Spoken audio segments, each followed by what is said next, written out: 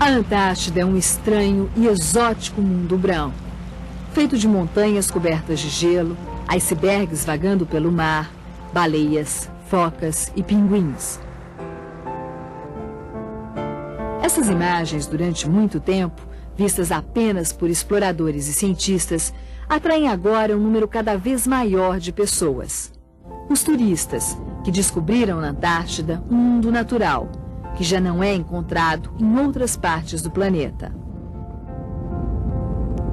Nós embarcamos em um navio que faz cruzeiros pela Antártida e, a partir de hoje, mostramos com exclusividade as emoções das pessoas que chegam pela primeira vez ao continente gelado. Vamos falar também dos grandes problemas que envolvem a região, como o buraco de ozônio, o efeito estufa e a poluição. A exploração das riquezas minerais, por enquanto, não existe.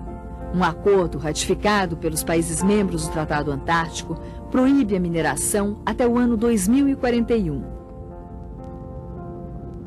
Até lá, a região está garantida como um grande laboratório de pesquisa científica e também como a última fronteira da Terra, que não pertence a nenhum governo e, por isso mesmo, é responsabilidade de todos os povos.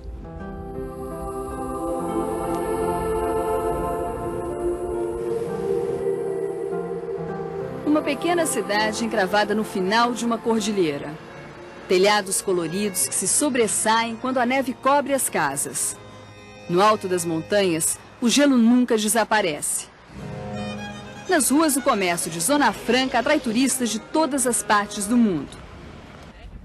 Aqui começa a nossa viagem, em Ushuaia, a capital do estado argentino da Terra do Fogo, e a cidade mais ao sul do continente. Ou como costumam dizer, a cidade do fim do mundo. Ushuaia é também o porto mais próximo da Antártida. Todo verão, entre dezembro e janeiro, saem daqui 3 navios, levando turistas ao continente gelado. Nos últimos anos, um número cada vez maior de turistas é atraído para a região Antártida. O motivo é semelhante ao dos pioneiros, conhecer a última fronteira da Terra. Nós estamos embarcando numa aventura que promete emoções fortes, alguns riscos e a beleza monumental da Antártida. A viagem, a partir de agora, será a bordo do navio Ilíria, de bandeira grega e tripulação filipina. Neste cruzeiro, o navio leva 110 turistas, a maioria americanos. Hi, Judy. How are you?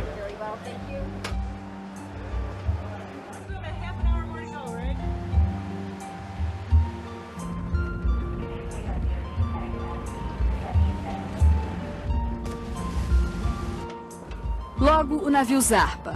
A imagem de Ushuaia vai ficando cada vez mais longe.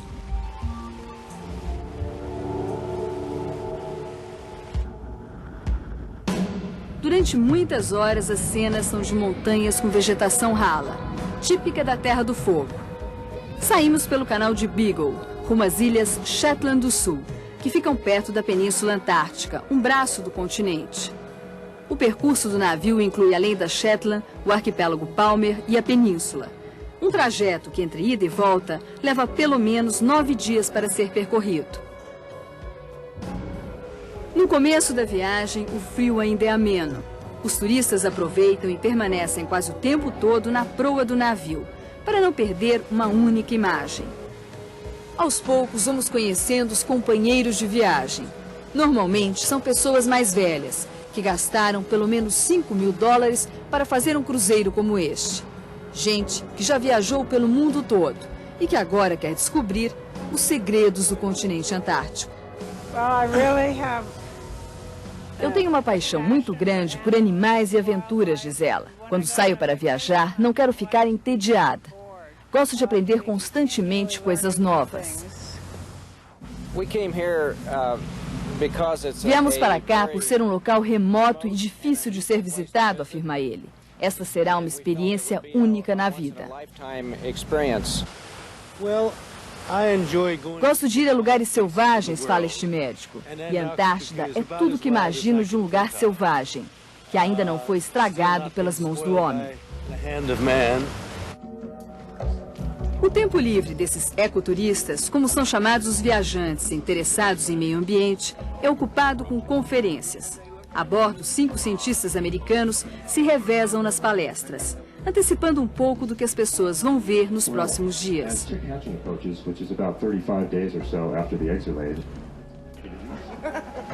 Na verdade, as aulas são também uma forma de entreter os passageiros. O balanço do navio incomoda e o tempo demora a passar. No verão antártico, os dias são longos. Agora são mais de 11h30 da noite e ainda está claro. Horas depois, enfrentamos o primeiro desafio da viagem, a passagem de Drake, onde são comuns tempestades com ondas de até 10 metros de altura. A passagem, descoberta pelo famoso corsário inglês Francis Drake, é um corredor de 1000 quilômetros de largura, entre a Terra do Fogo, na Argentina, e o norte da Península Antártica. É preciso 1 dia e meio para vencer essa distância. Em ocasiões difíceis, como a travessia pelo Drake, o capitão Temístocles Daskalakis não sai da sala de comando do Ilíria. Atento aos equipamentos sofisticados, como o radar e o navegador orientado por satélite, o comandante não dispensa a imagem de São Nicolau, o protetor dos marinheiros. Ele explica que a passagem de Drake é muito difícil, porque é o ponto de encontro de 2 oceanos, o Pacífico e o Atlântico.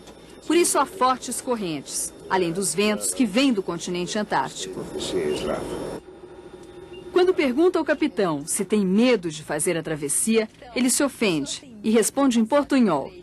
Medo? Não, não tenho medo, mas eu sempre respeito o mar. Sempre. Mas nesta viagem, o capitão não tem muitos problemas. O jogo do navio é suportável. Só aumenta o consumo de remédios contra enjoo. E nem diminui a curiosidade dos turistas que acompanham agora o voo das primeiras aves antárticas, os albatrozes.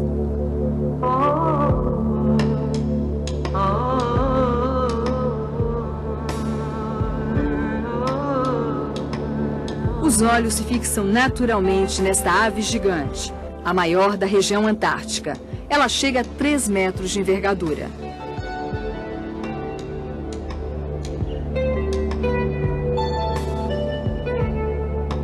O albatroz passa os primeiros 5 anos de vida no mar, sem voltar à terra, e só pousa na água para buscar comida e cochilar um pouco.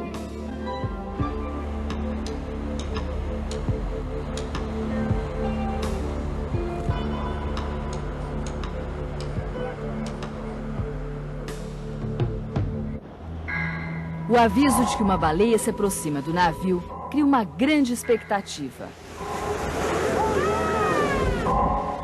Todos vão para a proa e não ficam decepcionados. Apesar da rapidez dos mergulhos, a baleia faz um pequeno show.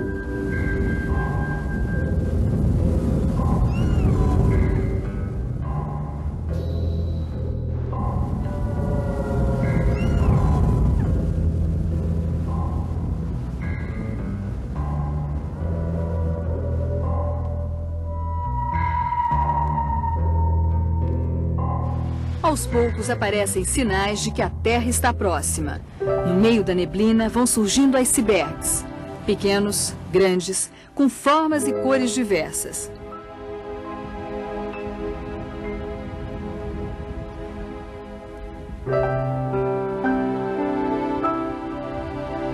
Os turistas não resistem e saem novamente para registrar estas imagens do mundo antártico, que são belas, mesmo quando vistas através da janela do navio.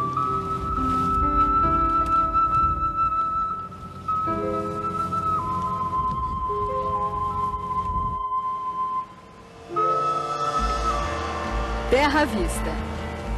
No 3º dia de viagem, o navio Ilíria alcança a primeira ilha antártica, Rei Jorge, no arquipélago das Shetland do Sul. Uma ilha super ocupada. Aqui estão instaladas 9 estações científicas, inclusive a brasileira Comandante Ferraz, que vamos visitar daqui a pouco. Nos preparativos para a descida à Terra, a excitação é grande. Somos divididos em pequenos grupos. Desembarque na Antártida exige roupas especiais, impermeáveis contra o frio. Temperatura é de 0 grau, mas os ventos podem fazer com que a sensação térmica seja de 10 graus negativos.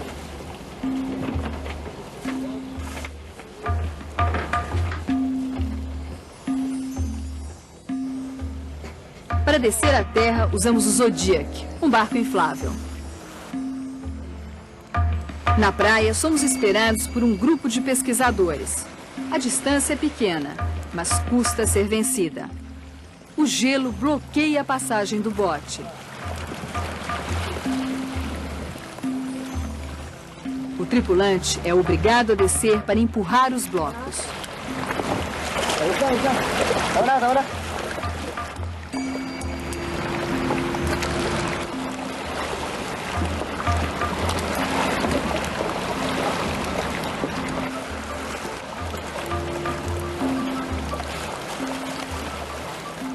Depois de muitas tentativas e com a ajuda de mais um tripulante, o caminho é aberto. Desembarcamos na água, protegidos por botas impermeáveis.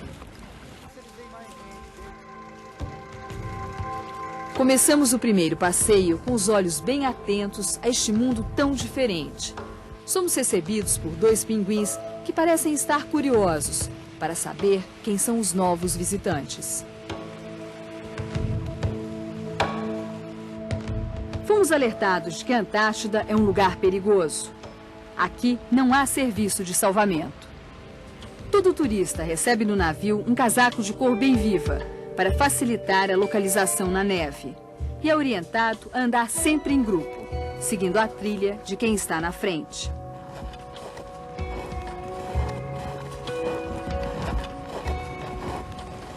Este cuidado é para evitar a queda numa fenda no gelo. As recomendações para não agredir o delicado ecossistema também são rigorosas.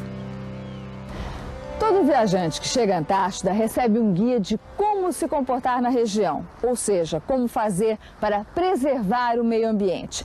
As regras são muito simples. Primeiro, não pise nos líquens ou nos musgos, essa rara e frágil vegetação.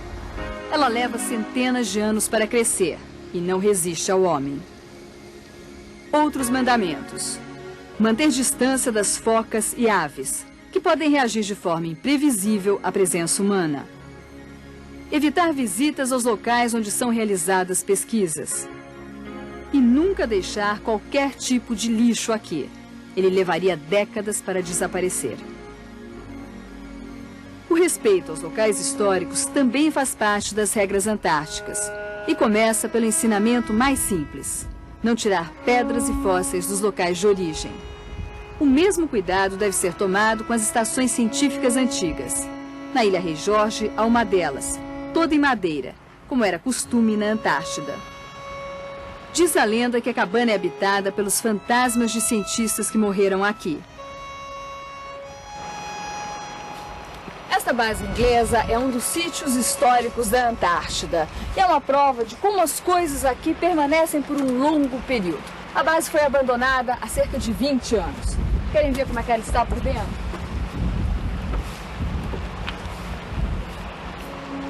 No corredor alagado, percebemos que neste espaço tudo parou no tempo. Na despensa, as latas continuam nas prateleiras. Na biblioteca, os livros permanecem na estante, encharcados depois de tantos anos, congelando no inverno e descongelando no verão. Nesta pequena sala, o gelo derrete lentamente. A seguir, a visita à Estação Científica Brasileira Comandante Ferraz, onde a recepção é calorosa, e um divertido banho de mar em plena Antártida. Módulos verdes metálicos anunciam a Estação Científica Brasileira Comandante Ferraz, uma das 9 instaladas na Ilha Rei Jorge, a primeira parada do navio Ilíria. Aqui a recepção é calorosa. Somos recebidos com um reconfortante cafezinho e música para esquentar o ambiente. Quero de novo cantar. Apesar da hospitalidade que predomina na Antártida, as visitas de turistas às bases têm sido controladas, porque aqui o tempo é sempre curto. Como toda hospitalidade brasileira, nós recebemos de braços abertos, com muita tranquilidade, muito carinho. Só que depois a gente tem que fazer todo o trabalho que no horário a gente está conversando com vocês, vamos ter que recuperar todo o horário depois disso, que o horário realmente é muito puxado. Quer dizer, hoje vocês vão até de madrugada. Tranquilamente. Como acontece em toda a Antártida, é no verão que as estações científicas trabalham com sua capacidade máxima.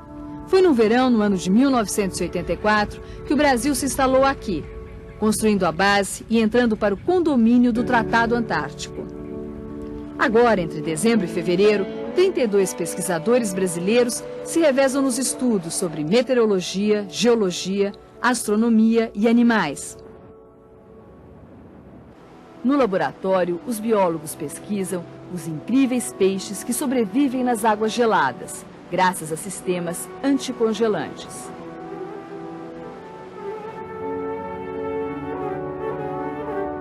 O crio é outro animal marinho estudado pelos cientistas brasileiros. Este crustáceo transparente, que lembra o camarão e tem olhos pretos saltados, é mantido vivo em aquários no Instituto Oceanográfico da USP, a Universidade de São Paulo. Durante algum tempo, o crio foi considerado o alimento do futuro, por conter muita proteína e ser encontrado em cardumes imensos. Mas hoje já se sabe que é preciso resolver antes um problema: como reduzir a quantidade de flúor no crio, bem acima dos níveis recomendados pela Organização Mundial de Saúde. Mesmo assim, este pequeno crustáceo já é pescado em quantidades razoáveis e usado como alimento pelos russos e japoneses, que têm até livros de receita. No futuro, as pesquisas sobre o crio vão servir para regulamentar a pesca. Toda pesquisa a respeito do crio pode servir, de uma forma ou de outra, para aprimorar os conhecimentos a respeito da espécie que levem a um futuro aproveitamento racional. Então, mas existe ainda necessidade de muita pesquisa para que você possa afirmar com certeza qual a quantidade, onde pescar, como pescar, para não afetar o ecossistema antártico. Os pesquisadores têm motivos para se preocupar com a pesca do crio. Este pequeno crustáceo é o principal alimento da maioria dos animais antárticos. Sem ele, espécies inteiras correm o risco de serem extintas: baleias, focas e pinguins. Outro alerta dado pelos cientistas: a pesca predatória está acabando com diversas espécies de peixes. É o que apontam estudos feitos na base argentina de Jubani, também na Ilha Rei Jorge. Com roupas apropriadas, os pesquisadores mergulham até 30 metros de profundidade para recolherem microalgas, macroalgas e animais marinhos, que são levados e analisados nos laboratórios. Com base nesse estudo, os cientistas lamentam as consequências da pesca. Espécies abundantes na Antártida, como Notothenia rossi e Notothenia giberiferum, começaram a desaparecer, denuncia o pesquisador. Acredito que isso se deve à pesca, iniciada há 12 anos na Ilha Rei Jorge. Ao caso do Notothenia rossi, que antes representava entre 25% e 30% dos peixes capturados. Hoje, não chega a 1%.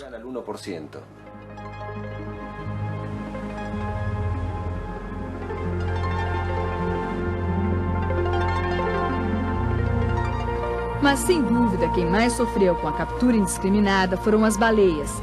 Estes animais inteligentes que têm nos mares gelados seu habitat natural e seu alimento preferido, o crio.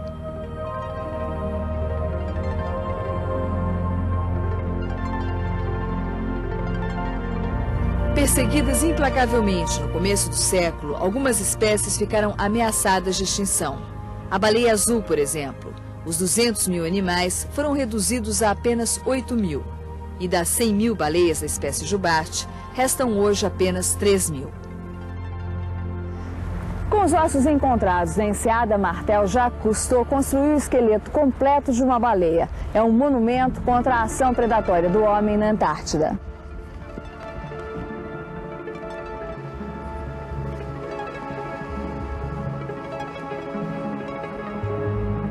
O trabalho de reconstituição foi feito pela equipe de Cousteau em 1972. Foram necessários vários homens para carregar os ossos mais pesados. Ossos que foram deixados pelos caçadores depois de retirada toda a carne. No começo do século, a captura era tão intensa que foram montadas estações baleeiras em vários pontos da Antártida, para industrializar aqui mesmo o óleo e a carne. Atualmente está proibida a captura de espécies ameaçadas de extinção, como a azul e a jubarte. Mas outras espécies continuam a ser caçadas, principalmente pelos navios fábrica russos e japoneses.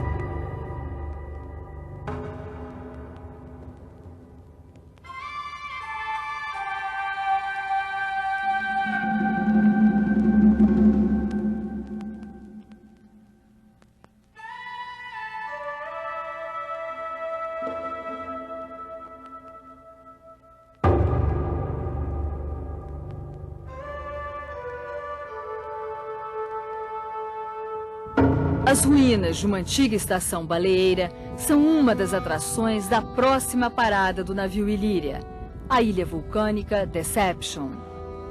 Para chegar à ilha, é preciso passar por este perigoso estreito, o Fole de Netuno, que não tem esse nome por acaso. Fortes ventos costumam castigar a passagem. Vamos navegando cautelosamente, até entrar na ampla e calma baía, que é, na verdade, a boca de um vulcão. Um lugar único, devido ao contraste entre a terra escura da lava e o branco do gelo. Este vulcão em particular é pouco comum na região, explica o geólogo. Depois da última grande erupção, a parte central desmoronou e permitiu que o oceano invadisse e formasse uma baía no interior da ilha Deception. Até hoje, a temperatura ainda é alta, como mostram os vapores. A última grande erupção foi em 1970, quando foi preciso retirar alguns grupos que estavam na ilha. Ele finaliza brincando. Hoje nós não tivemos nenhuma erupção, felizmente, mas... Até parece que o geólogo Terry Tullis já estava pressentindo algo. Poucos dias depois, o capitão do Illyria recebe o aviso de que os cruzeiros de turismo estão proibidos em Deception por motivo de segurança. Há risco do vulcão entrar novamente em erupção. Somos, portanto, o último navio a passar por aqui no verão de 92, junto com os barcos da TV inglesa e da TV francesa. Já em terra, podemos conferir de perto os estragos do vulcão, que em 1970 praticamente destruiu 2 refúgios, um inglês e outro argentino. Os cientistas foram retirados a tempo.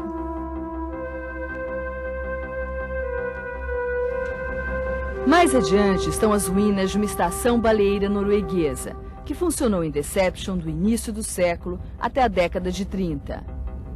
Ainda estão aqui os grandes tambores que serviam para guardar o óleo de baleia, usado na fabricação de margarina, sabão, lubrificante, cera e explosivo.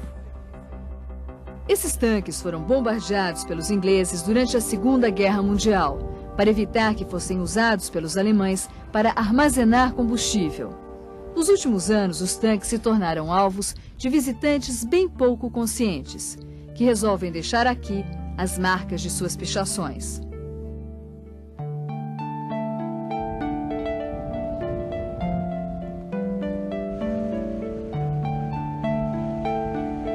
Depois de uma difícil subida num monte de cerca de 200 metros, podemos finalmente ver o outro lado da ilha. O mar bate numa rocha vulcânica.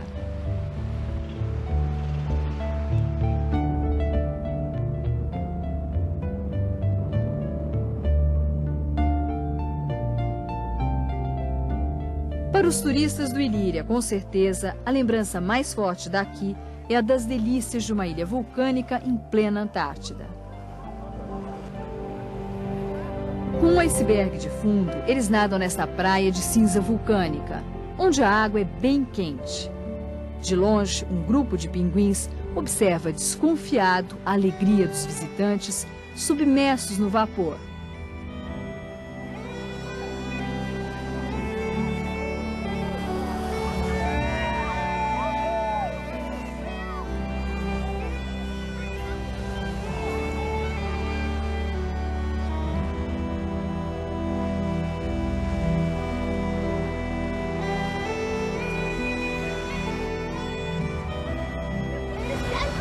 Os turistas saem fascinados do banho de mar, mas se vestem correndo para não ficarem congelados.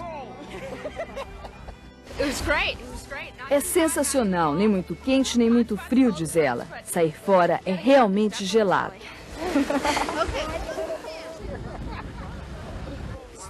Foi o melhor banho que já tive, afirma ele. As ondas misturam perfeitamente a água.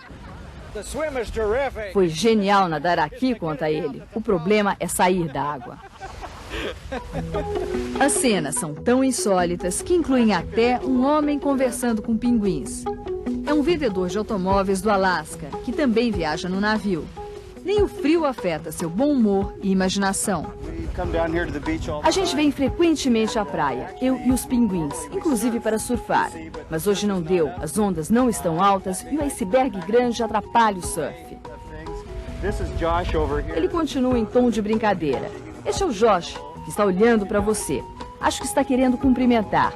Esta é a forma deles dizerem alô, esticando as asas.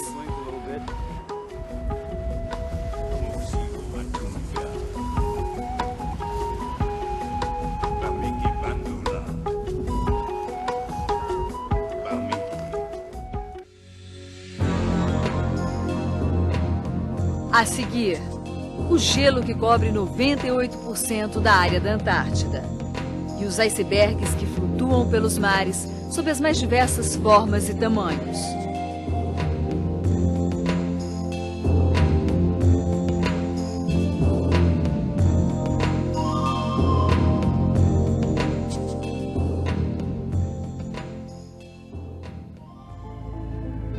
Hoje a nossa viagem continua pelas ilhas ao lado da Península Antártica. Agora fica cada vez mais difícil ver a cor escura da terra ou rochas. O gelo toma conta de quase tudo. Predominam os diversos tons de branco das geleiras enormes que cobrem as montanhas e dos icebergs que flutuam pelo mar.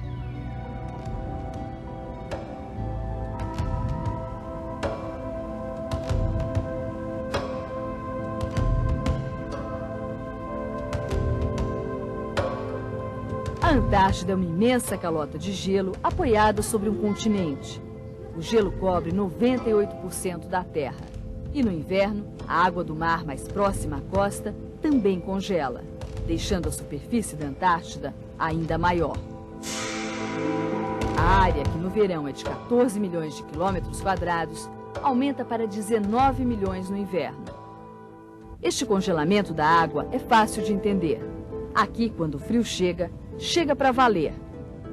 Em 1983, os termômetros marcaram na base russa de Vostok 89 graus negativos, a temperatura mais baixa já registrada em toda a Terra.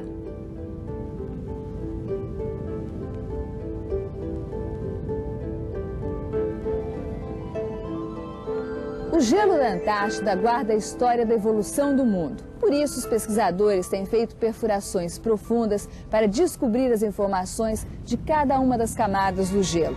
Esses estudos, feitos por geólogos norte-americanos, mostram como era o continente entre 500 e 750 mil anos atrás. Os cientistas já conseguiram determinar a idade de cada camada de gelo, diz o geólogo. Eles definiram também, através do estudo das partículas, o tipo de atmosfera que existia milhões de anos atrás. Além disso, foram feitas perfurações no fundo do solo. Analisando a composição química dos sedimentos, os cientistas encontraram dados, inclusive, sobre as eras glaciais, quando teve mais gelo e quando a formação de gelo foi menor.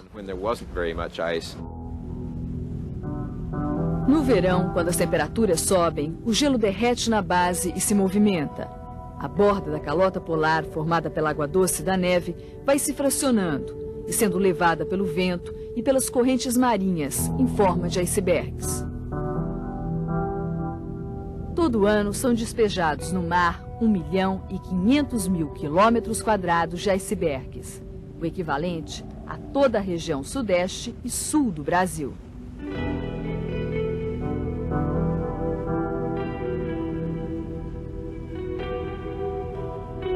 Alguns blocos de gelo parecem pequenos, mas não é bem assim. Vemos à nossa frente apenas a ponta do iceberg, como diz aquele antigo ditado popular para explicar que há muito mais embaixo. De fato, a parte do gelo que fica dentro da água é bem maior, corresponde a 4/5 da massa total do bloco. Imagine só a quantidade de gelo que existe sob este iceberg, o maior que vimos na viagem.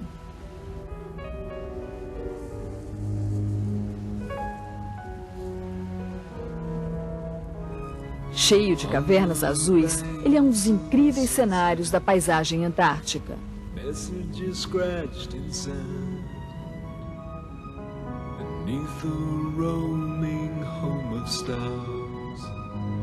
Young boys try their hand,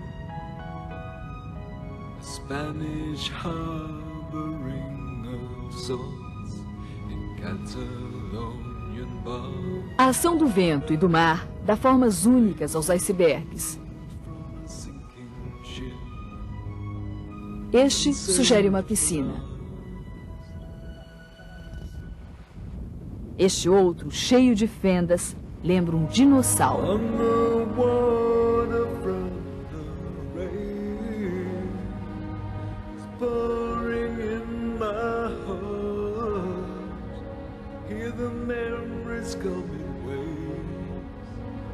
O Estreito de Gerlache, entre o arquipélago Palmer e a Península Antártica, lembra uma cena de ficção científica. O estreito é de águas calmas e, por isso, os icebergs acabam estacionando aqui. Como os blocos levam anos para derreter, o lugar parece até um cemitério de icebergs.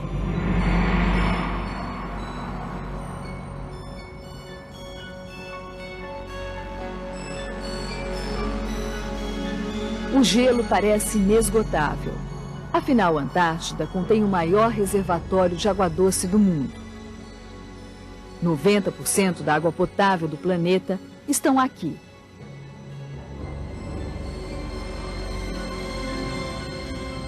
Tanto que alguns países já estudam a possibilidade de se deslocar esses grandes blocos para as regiões mais áridas do mundo. O problema é saber quanto se perde durante o trajeto.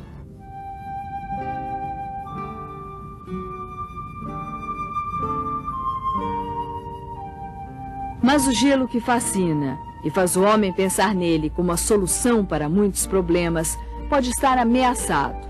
Segundo os geólogos norte-americanos, a Antártida está perdendo gelo mais rápido do que consegue formar.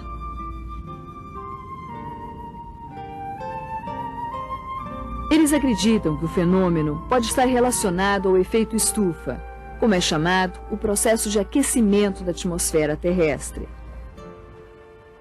O efeito estufa é provocado pelo gás carbônico, liberado nas queimadas das florestas e no uso de combustível fóssil nas indústrias, o mesmo gás que sai do escapamento dos carros. Essa poluição forma uma camada ao redor da Terra, impedindo o calor de escapar da atmosfera. O efeito estufa ainda é um assunto controvertido entre os próprios cientistas, mas alguns garantem que ele vai mesmo provocar o aquecimento da Terra. Eles só não sabem em que velocidade isso vai acontecer e o que fazer para evitar. Essa elevação da temperatura poderia derreter parte do gelo dos polos. O nível do mar subiria e ocorreriam inundações no litoral de outros continentes. E todo o ecossistema seria atingido. Naturalmente, o impacto na Antártida também seria grande, diz Hernandes. O derretimento do gelo elevaria o nível do mar e cobriria locais procurados pelas aves, pinguins e focas na época da reprodução. O ecossistema dos oceanos também seria atingido, porque o aquecimento acabaria afetando os locais onde vivem peixes, krill e outros animais marinhos. Por trás deste céu está outra grande questão ambiental que preocupa os cientistas. Daqui partiu, em 1985, o primeiro alarme de que havia um buraco na camada de ozônio, bem em cima da Antártida. O ozônio é um gás natural que funciona como filtro dos raios ultravioletas do Sol.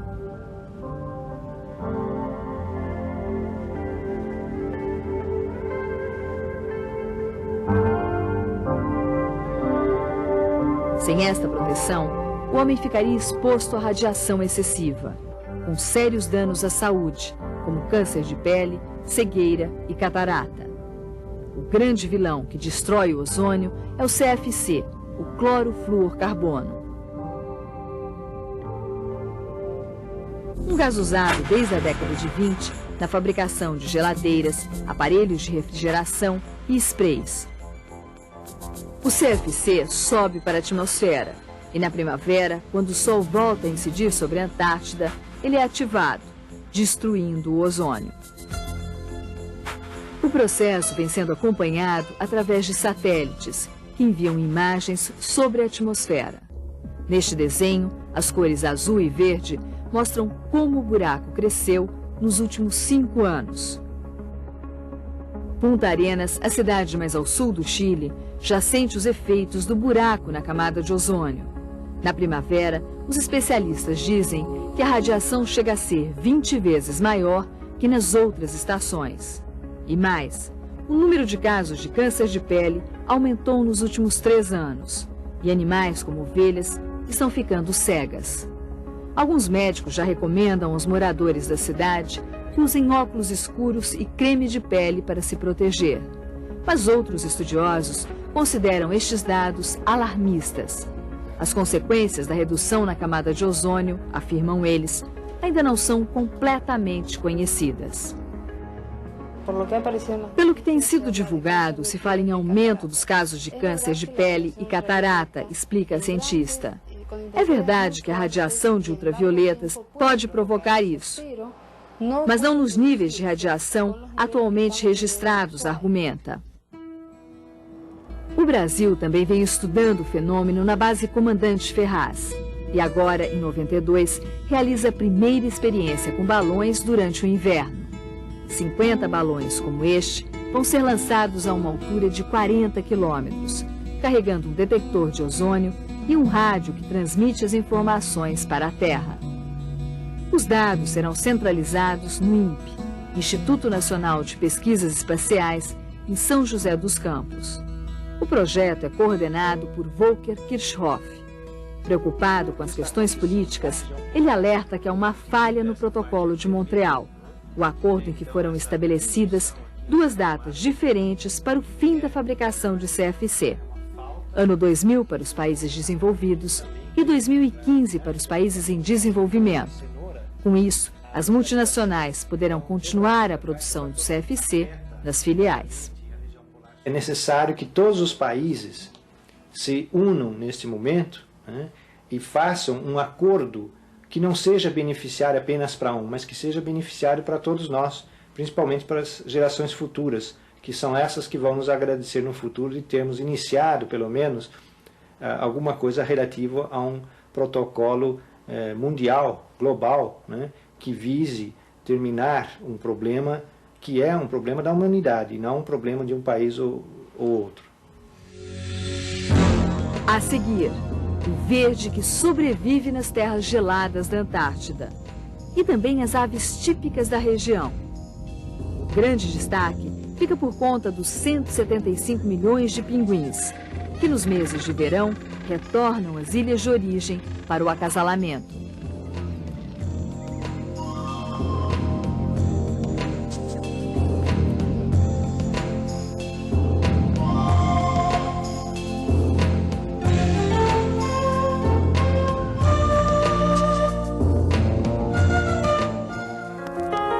No meio do branco do gelo, o verde das plantas sobrevive com poucas chances de crescer. Os musgos e líquens típicos da Antártida ocupam apenas 2% da área do continente. Os musgos são responsáveis pelo verde em pequenos trechos da costa. De todos os lugares que passamos, a vegetação que mais se destaca é a da Ilha Rei Jorge. No verão, quando a temperatura é mais amena, os musgos aproveitam a água do degelo para se reidratar. Em alguns trechos, eles até lembram uma relva aveludada.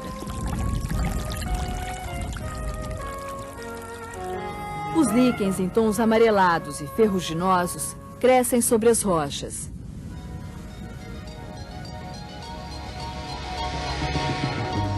Eles levam centenas de anos para chegar a esse tamanho, sempre resistindo às baixas temperaturas. Os líquens conseguem fazer a fotossíntese até a 23 graus abaixo de zero.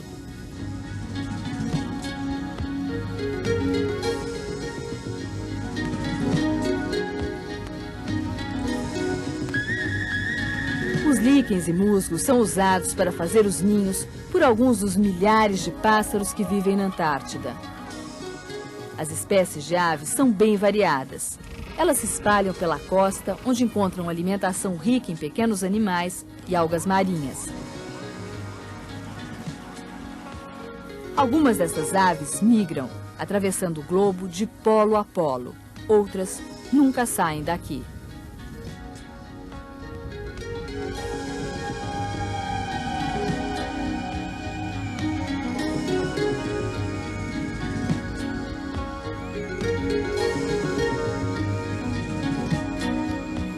A pomba do cabo é uma ave antártica que costuma seguir as embarcações.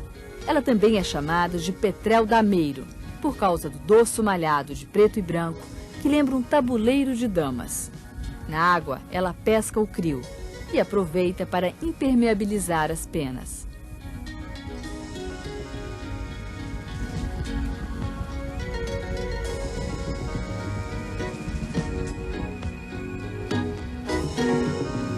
Na ilha de Half Moon, tivemos a sorte de encontrar uma ave rara, a pomba antártica, que não vive em grupos e existe em pequeno número. Apesar da aparência pacífica, ela ataca filhotes de pinguins que se afastam do ninho e é sempre mal recebida.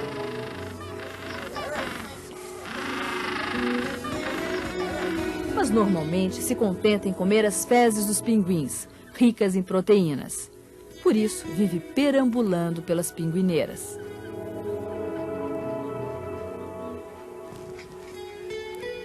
Uma ave que se confunde nas pinguineiras é o biguá de olhos azuis. Como pinguim, ele tem as costas pretas e o peito branco, mas o pescoço é comprido.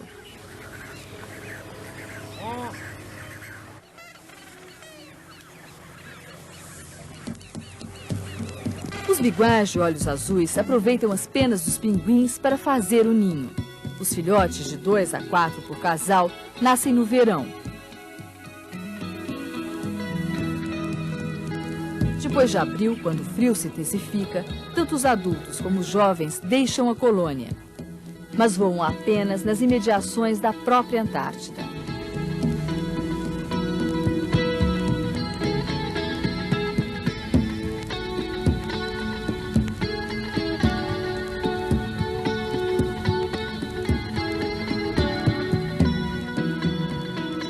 A escua não tem boa fama. É a ave de rapina da região, o urubu antártico. Ágil e atrevida, ela ataca as pinguineiras.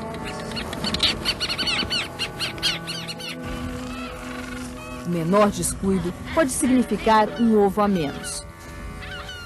Mas, surpreendentemente, nesta montanha, pinguins e escuas convivem lado a lado. A explicação é que existem aqui 2 tipos de escuas, a do Polo Sul e a Antártica, esta marrom, que é mais forte e acaba protegendo a pinguineira, forçando as escuas do Polo Sul a buscarem comida mais longe.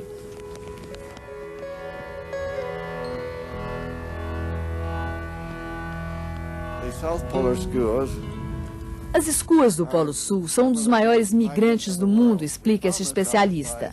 A descoberta foi feita durante um trabalho na Estação Americana de Palmer, na Antártida. Foram colocados anéis de identificação em mais de 1000 escuas, a maioria filhotes. Good many of them young chicks, and one that was hatched in January. Um deles nasceu em janeiro, voou pela primeira vez em fevereiro, deixou a estação Palmer em abril e foi morto por um caçador na Groenlândia, perto do Polo Norte, em julho, o que comprovou que a escua é uma ave migrante que vai de um polo a outro. So, it's a bipolar migrant. Na ilha Rijorge, um casal de escuas fez ameaçadores voos rasantes sobre nossas cabeças. Sem querer, nos aproximamos muito do filhote. É com essa espécie de dança ritual que as escuas defendem seu território.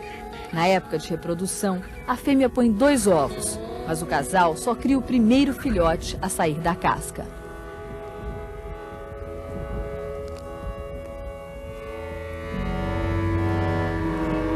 Cálculos recentes apontam a presença de 350 milhões de aves na Antártida. Metade desta fauna é formada por pinguins. Na viagem, passamos por várias pinguineiras. As colônias com centenas e às vezes milhares destas aves.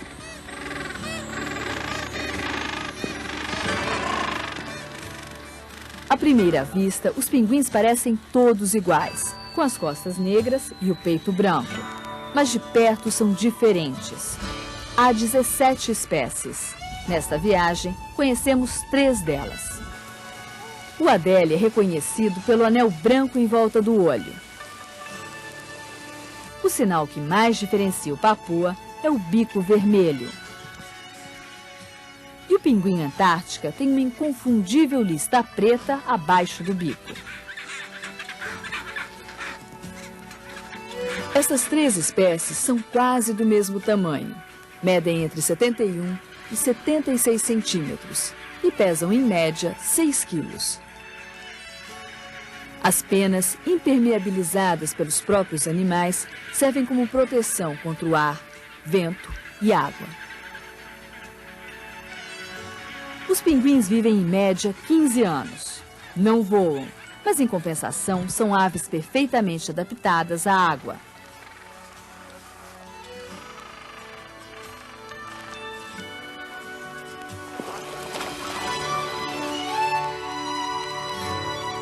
Nadando como golfinhos, chegam a velocidade de 40 km por hora. Aqui eles enfrentam seus maiores predadores, a foca leopardo, o leão marinho e a baleia orca. Mesmo assim, passam a maior parte de sua vida no mar, onde buscam seu principal alimento, o krill. Inclusive, quando não há muito krill, o número de pinguins diminui. Um dos pontos mais interessantes que descobrimos até agora é uma variação incrível na população dos pinguins, diz este especialista. Tudo indica que esta variação está ligada às mudanças que acontecem todos os anos no campo de gelo que se forma sobre o mar. Neste gelo ficam presas as algas, o alimento que garante a sobrevivência do filhote de krill no inverno.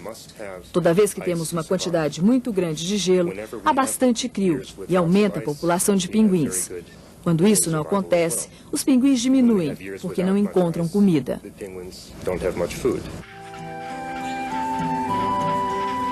Parece que agora, no verão de 92, não está faltando krill. Encontramos várias pinguineiras bem povoadas. Esta daqui, na ilha Half Moon, é formada por pinguins antártica, que tem a lista preta embaixo do bico. Poucos deles se aventuram a chegar à praia. A maioria fica nas pedras para garantir a segurança da ninhada.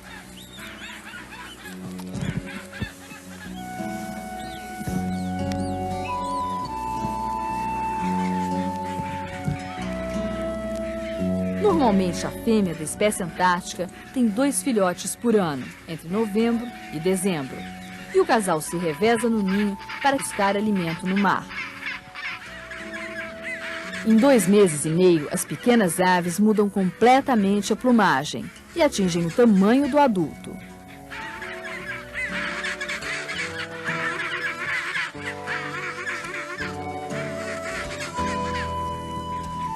Esta é outra colônia de pinguins. Aqui vivem os papua de bico vermelho. O casal também tem, em média, 2 filhotes por ano.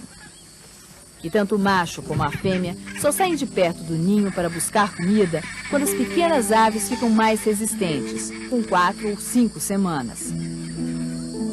Neste período, alimentam os filhotes com uma pasta digerida de krill.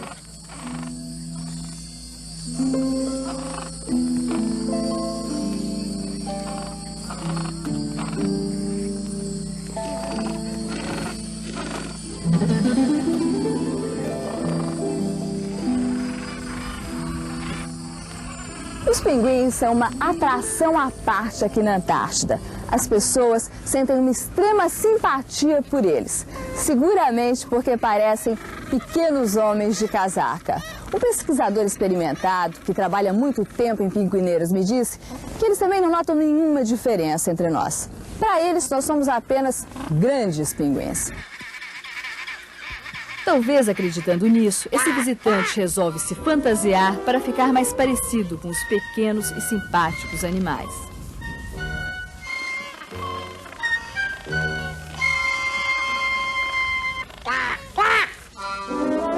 A atividade na pinguineira não para. Pinguim macho oferecendo pedra para a fêmea é sinal de que está fazendo a corte.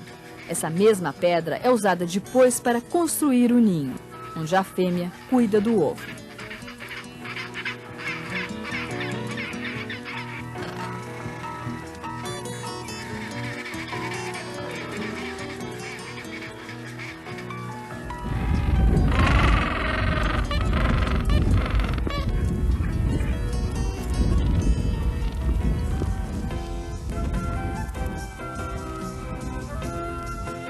Alheio a tudo o que acontece em volta, este casal trata de garantir a manutenção da espécie.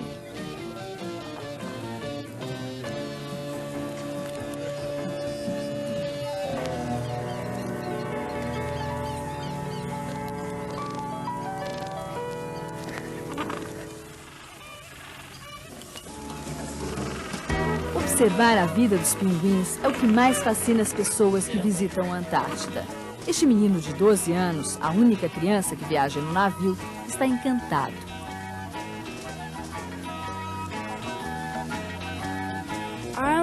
Eu gosto dos pinguins porque eles têm uma cara divertida e andam de um jeito gozado, diz o menino. Os pinguins conquistam até mesmo os especialistas que sempre voltam à Antártida para fazer seus estudos. Veja só como este inglês, um dos responsáveis pela descoberta da espécie imperador, fala dos pinguins. Eles são muito honestos, elogia. Eu vou à colônia e só fico ouvindo. No final, os pinguins acabam me contando tudo o que preciso saber sobre eles. Os cientistas já começaram, inclusive, a fazer pesquisas para avaliar o impacto da presença humana sobre as pinguineiras. Na ilha Half Moon, algumas colônias podem ser visitadas pelos turistas, outras não.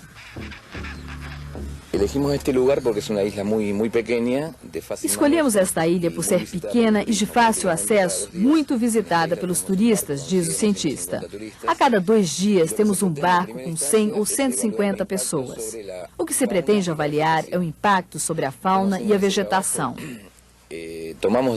Colhemos dados sobre a reprodução dos pinguins para fazer uma comparação entre uma colônia que é visitada e outra que não recebe turistas. Mas para que a avaliação seja significativa, precisamos continuar com este trabalho durante alguns anos.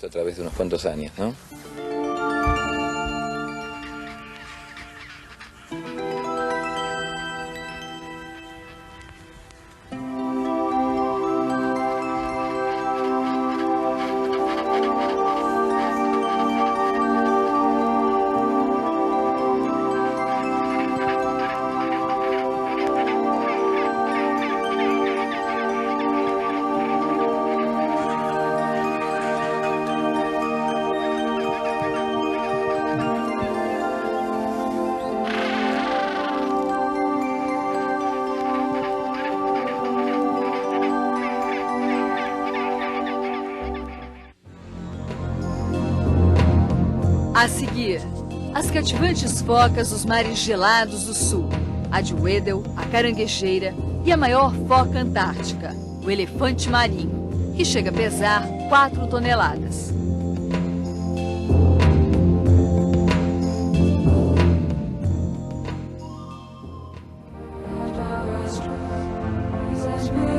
Hoje, continuamos a descer pela Península Antártica.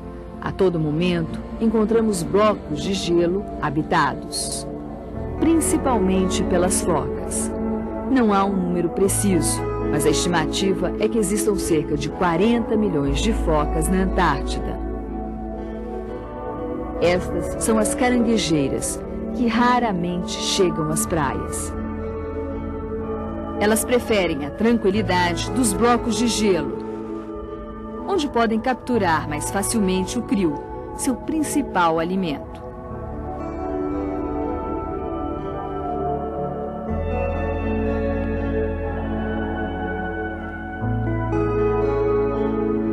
Quando adultas, as caranguejeiras alcançam 2,60 metros de comprimento e 225 quilos de peso. O barulho do navio não chega a intimidá-las. O máximo que fazem é levantar a cabeça para ver quem está passando.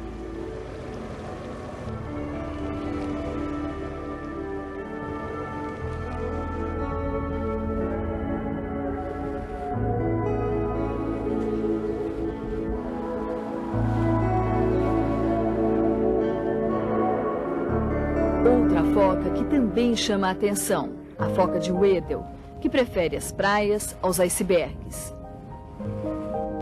Ela é bem maior que a caranguejeira, alcança os 3,20 metros de comprimento e 500 quilos de peso. E é famosa pela sua incrível capacidade de mergulhar. Chega aos 600 metros de profundidade.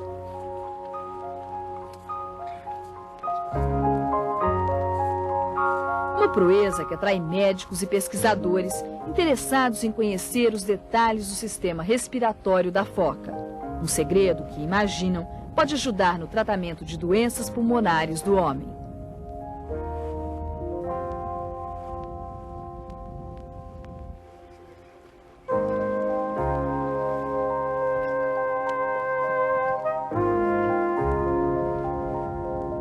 As focas de Weddell também se alimentam de krill, mas não dispensam uma refeição mais suculenta com peixes.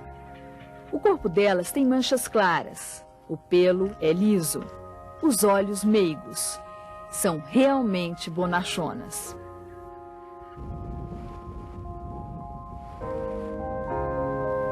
Elas ficam descansando na praia, sem se mexer muito. Os movimentos são lentos, às vezes quase humanos. Quando resolvem se coçar, por exemplo, aí conquistam mesmo os visitantes.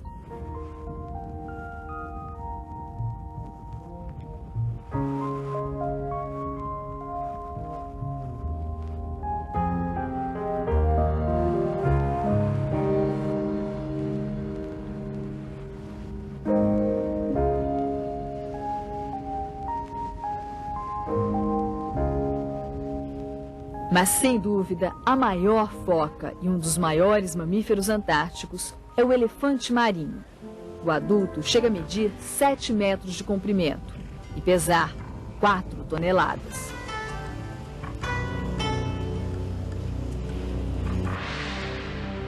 No verão, os elefantes marinhos são encontrados em grupo. A todo momento, jogam areia no corpo e se esfregam um contra o outro para facilitar a troca de pele, que sempre acontece nos meses mais quentes. Eles têm grandes e expressivos olhos, que não desgrudam da gente.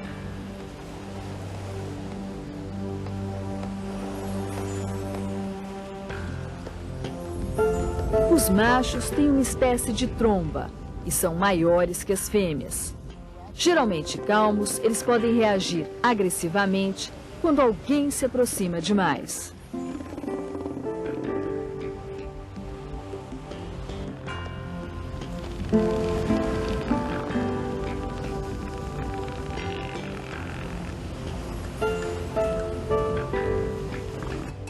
Os machos mais fortes mantêm haréns de 5 a 30 fêmeas e lutam por elas.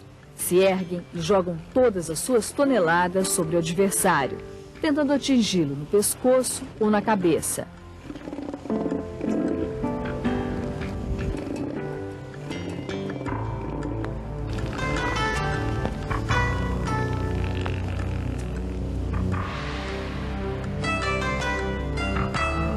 Mas o que vocês veem aqui é apenas uma brincadeira entre dois jovens, que treinam para uma luta de verdade no futuro.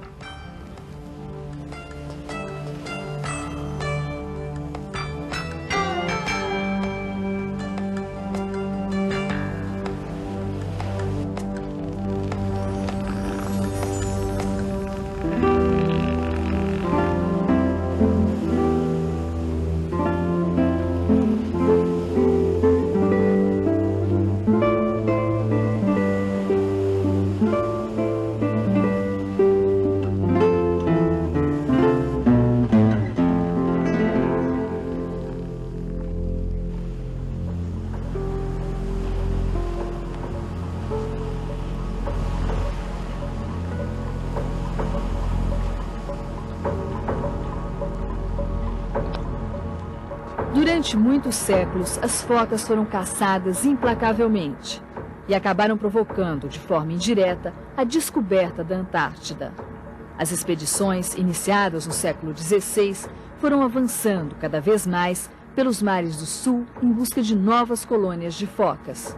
Além disso, exploradores pagos pelos governos procuravam novas terras. Até que em 1820, um almirante russo, Tadeusz von Bellingshausen, enxergou uma colina no meio do gelo. Ele foi o primeiro a avistar o continente. A partir daí, começou a fase dos grandes heróis, que não mediam riscos para ir mais longe. No começo do século XX, 2 exploradores enfrentaram todo tipo de dificuldade para chegar ao Polo Sul: o norueguês Roald Amundsen e o inglês Robert Scott. Uma corrida que foi vencida no dia 14 de dezembro de 1911 por Amundsen. Scott só chegou um mês depois, e a má sorte acompanhou ele e seu grupo na volta. Todos morreram. Os últimos, inclusive Scott, foram encontrados congelados dentro desta barraca. Conquistado o Polo Sul, o irlandês Ernest Shackleton decidiu arriscar tudo num desafio mais ousado: atravessar o continente. A ousadia de Shackleton lhe custou caro. Seu navio, o Endurance, foi aprisionado e destruído pelo gelo. A tripulação passou meses na Antártida à espera de resgate. A experiência fracassou, mas os homens sobreviveram ao longo inverno polar. Encerrada a fase dos grandes heróis, a Antártida ganhou notoriedade como laboratório científico. Hoje, existem no continente gelado 68 bases. Durante a nossa viagem, visitamos várias delas. São construções simples, onde é possível sentir as difíceis condições que os cientistas enfrentam para fazer suas pesquisas. Gelo por toda parte, muito trabalho e quase nenhum lazer. Não tem rádio nem TV. Para compensar, os cientistas tentam fazer das bases locais acolhedores que lembrem suas casas. Não falta música e nem cartas que só chegam quando o navio para na região. Botas e luvas penduradas para secar em cima do fogão dão até um toque poético ao ambiente. Comida? Bem, aqui é um problema. Não há muita variação e nem alimento fresco. Salada, por exemplo, nem pensar. O jeito é ocupar o tempo com um velho e bom hábito das cidades do interior: a conversa. As melhores experiências aqui, diz ele, talvez sejam as da convivência com as pessoas do próprio país ou do exterior, o que facilita a troca de informações científicas. Sempre conversamos com turistas ou pesquisadores de outras bases.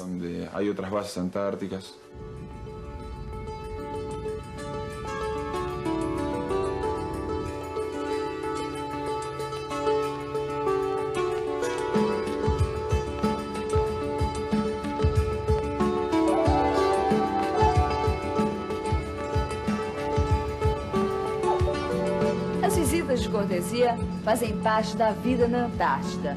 Não apenas as estações científicas, mas também nos navios. Nós estamos aqui com um grupo de argentinos do Dinocentar, Dinâmica Oceânica Antártida. Há 5 anos, eles estudam as correntes e as marés na região. Para isso, eles ficam cerca de 25 horas nos Zodiacs, aqueles barquinhos infláveis.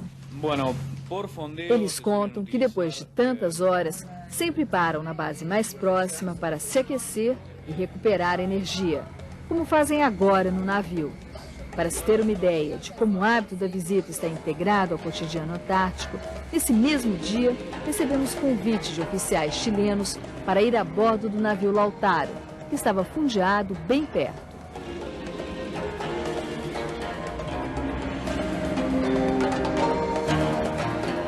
O Lautaro é o único barco de salvamento na região antártica. Nos últimos 5 anos, já socorreu 15 navios em apuros, como este petroleiro peruano, que em 1989 encalhou e derramou parte do carregamento de óleo no mar. Não é apenas a imagem do mar poluído que faz os ecologistas protestarem contra a ocupação desordenada da Antártida. O lixo nas bases também preocupa. Depois de muita pressão, por exemplo, a entidade ecológica Greenpeace conseguiu que os americanos retirassem o lixo químico da Antártida. Hoje, praticamente todas as estações já se preocupam em tratar o lixo. Na brasileira Comandante Ferraz, o material orgânico é incinerado e o resto volta ao Brasil em containers. Mesmo assim, não é difícil encontrar perto das bases tambores enferrujados, ferro retorcido e sacos plásticos rasgados, às vezes lado a lado com os animais.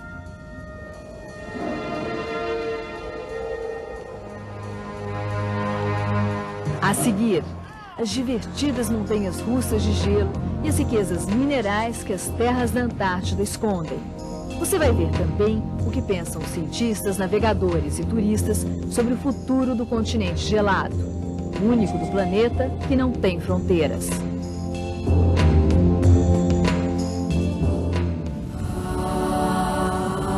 Estamos cercados de geleiras e icebergs há vários dias. Não é fácil navegar aqui.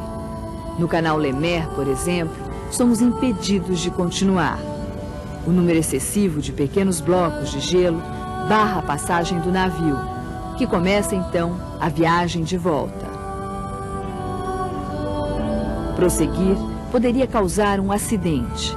Os blocos pequenos são os mais perigosos, porque às vezes não são percebidos nem pelo radar.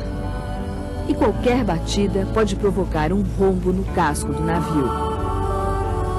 Antigamente, os icebergs eram uma ameaça constante de acidente.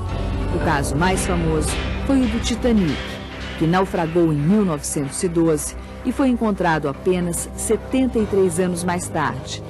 Considerado o navio mais avançado da época, na primeira viagem, o Titanic bateu num iceberg e foi a pique. Morreram 1.513 pessoas.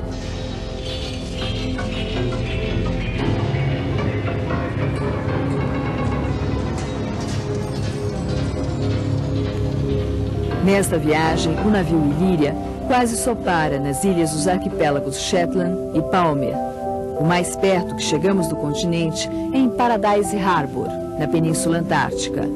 A ocasião merece um brinde com champanhe e escorregadas no gelo.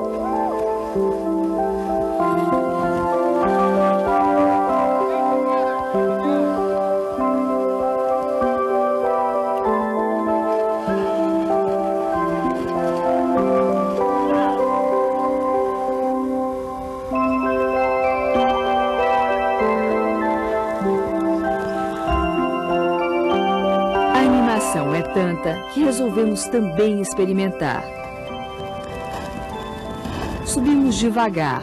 A montanha é mais alta do que parece à primeira vista. E andar no gelo exige muito cuidado. Para escorregar aqui na neve é muito simples. Se você for sozinho, tem que descer com os pés juntos, os braços grudados no corpo e a cabeça um pouco suspensa. Agora a Ângela e eu vamos sentar aí juntas. Tá pronta, Ângela? Então vamos lá. Opa. Vamos ver como é que é essa experiência.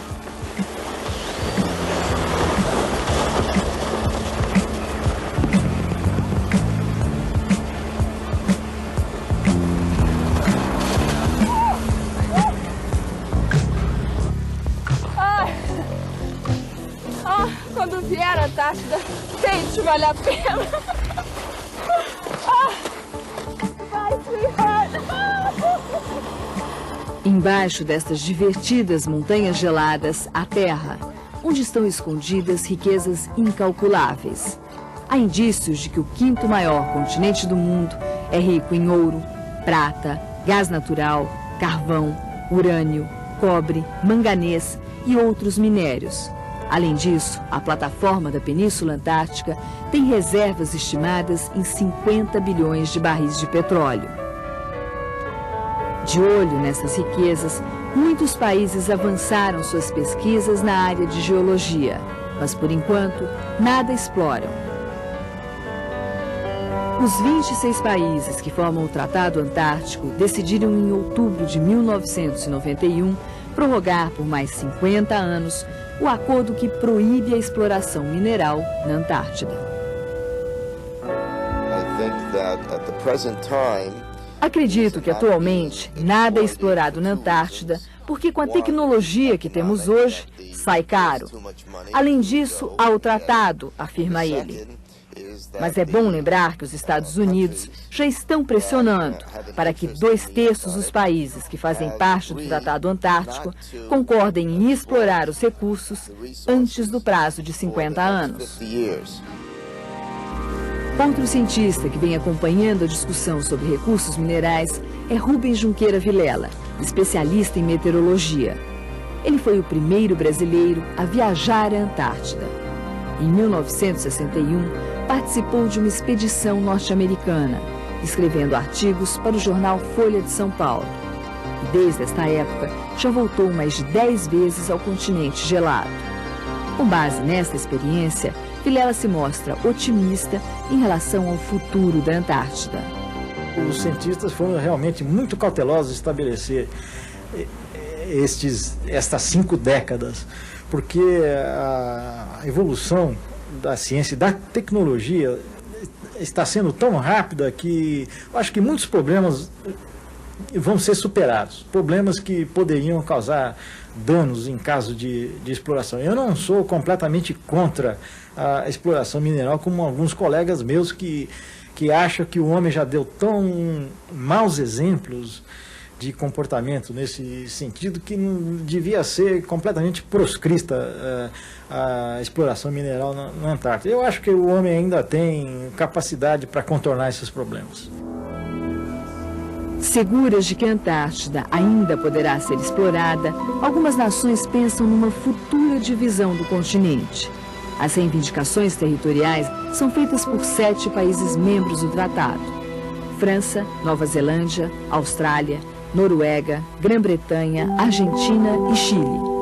Eles reclamam a posse de faixas de terra com base em fatores geográficos, econômicos, científicos ou mesmo históricos. Esta nossa reclamação de soberania, afirma o capitão chileno, é muito antiga. Está baseada em títulos seculares de terra. No momento, ela está sujeita ao arbítrio do Tratado Antártico que está em vigor.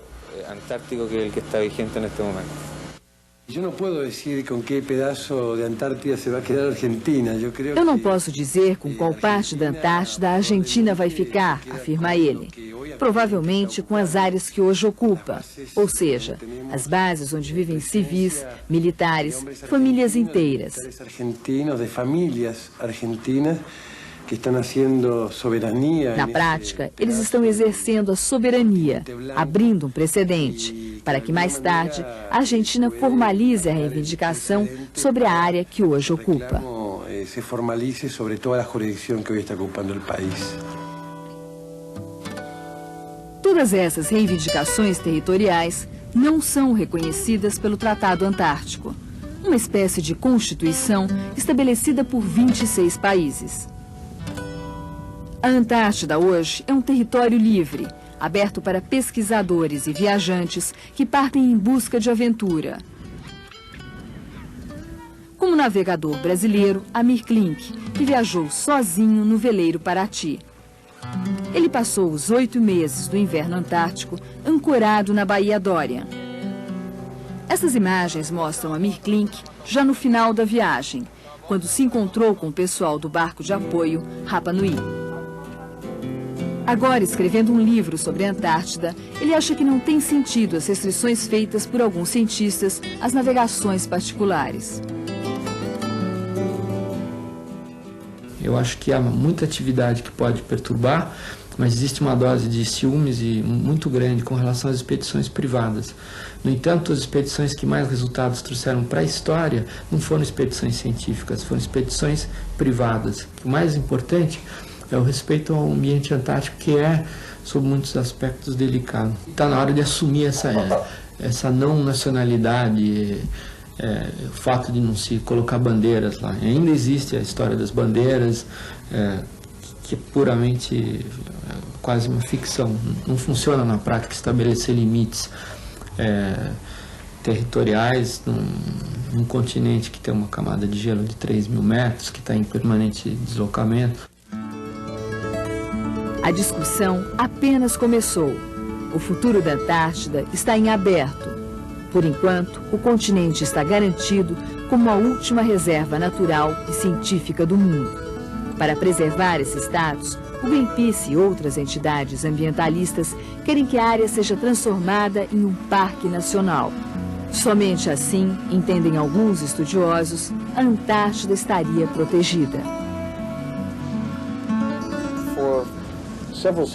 Durante muito tempo, desde que a Antártida foi descoberta, diz ele, a região foi considerada um lugar de beleza sem precedentes, onde tudo que o homem fizesse, a natureza reconstituiria.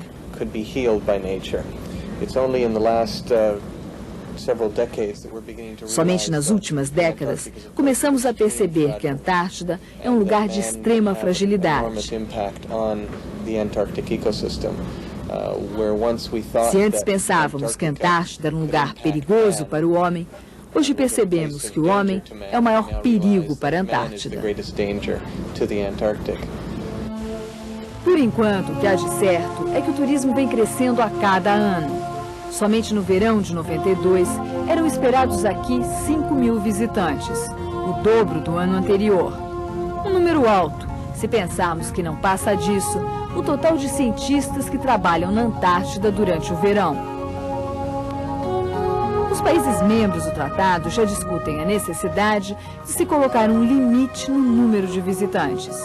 Mesmo assim, alguns cientistas aceitam o turismo na região, como uma maneira de formar a opinião pública.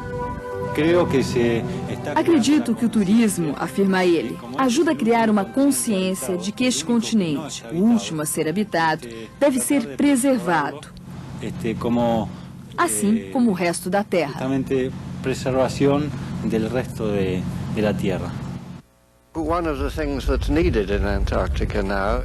Este outro especialista vai mais longe. Ele defende a criação de um centro turístico na Antártida, onde as pessoas possam ver mapas, cartazes, que expliquem a estrutura do continente.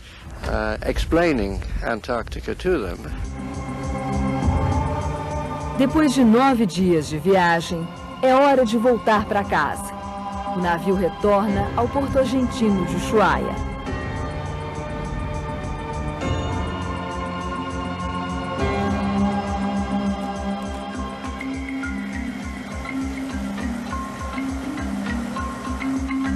Na despedida, os turistas ainda têm diante dos olhos as imagens do continente branco.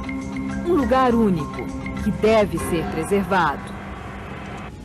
Fica difícil imaginar esta terra retalhada por fronteiras, ou ainda invadida por milhares de homens com máquinas imensas em busca de riquezas minerais. Nos próximos 50 anos, a região está protegida pelo Tratado Antártico. O que vai acontecer depois depende das pressões econômicas e do poder de fogo dos defensores do meio ambiente. Hoje, a região antártica é um laboratório privilegiado para se estudar as principais questões ecológicas das próximas décadas: o efeito estufa e o buraco na camada de ozônio. Mais que isso, a Antártida funciona como um campo de experimentação para as futuras relações humanas. Aqui, os homens começam a ter uma convivência mais solidária, acima das fronteiras das nações. Conscientes de que qualquer acontecimento, mesmo num pedaço distante do mundo, pode afetar a todos. E de que a única saída é sentar-se à mesa e tomar decisões negociadas. Só assim a Antártida continuará sendo um paraíso ecológico, a maior reserva natural do mundo e um patrimônio da humanidade.